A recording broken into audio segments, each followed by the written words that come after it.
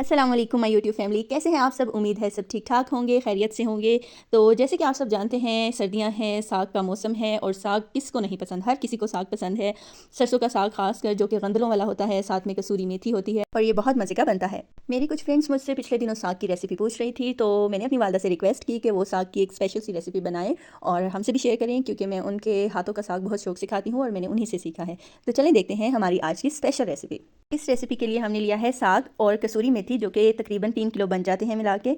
और इसके अलावा हमने 7 से 8 हरी मिर्चें ले ली हैं, 2 अदद हमने ले ली हैं प्याज, 1 टमाटर, 2 इंच का अदरक का टुकड़ा और 7 से 8 लहसुन के जवे। इसके अलावा हमारे पास है 1 टेबलस्पून भरकर नमक, 1 टीस्पून हल्दी, 1 टेबलस्पून हमारे पास है गरम मसाला और तकरीबन 2 टेबलस्पून हमारे पास है धड़ा मिर्च।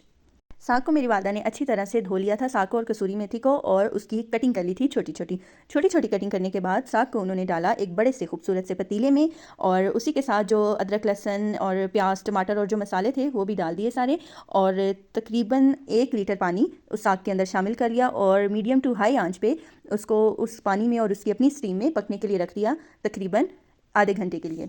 आधे घंटे बाद जब उन्होंने चेक किया तो साग की शक्ल कुछ इस तरह से थी। उसके बाद उन्होंने साग को हाफ करके चॉपर में चॉप कर लिया, बहुत अच्छे से जेंटली उसको स्मूथ कर लिया बिल्कुल। चलें जी, तो साग हमारा चॉप हो गया। इसके बाद मेरी वालदा ने साग को तड़का लगाने की तैयारी की, जिसके लिए उन्होंने तकरीबन आधा कप देसी घी लिया और उसमें तकरीबन 1 प्याज उन्होंने बारीक कटा हुआ शामिल कर लिया। उस प्याज को अच्छे से फ्राई करके जब उसका कलर गोल्डन आ गया तो मेरी वालदा ने उसमें जो चॉप किया हुआ साग था वो शामिल कर लिया, और तकरीबन 5 से 7 मिनट के लिए उसे अच्छी तरह उस तड़के में पकाने के बाद 5 मिनट का जिस तरह दम लगाते हैं उस तरह उसको दम लगा दिया। और माशाल्लाह माशाल्लाह ये आपको फाइनल लुक साग की नज़र आ रही है। बहुत टेस्टी बना है ये साग।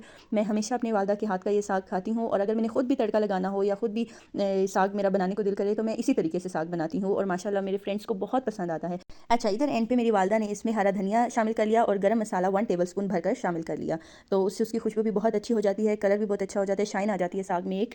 और ये देखें जी, माशाल्लाह माशाल्लाह मेरी वालदा की सर्विंग। अल्हम्दुलिल्लाह, I am very blessed to have such mother. अल्हम्दुलिल्लाह, इस रेसिपी को ज़रूर ट्राई कीजिएगा, मेरी वालदा को अपनी दुआ में याद रखिएगा। अल्लाह हाफिज़। आपसे फिर मिलती हूँ नेक्स्ट वीडियो के साथ। Thank you so much.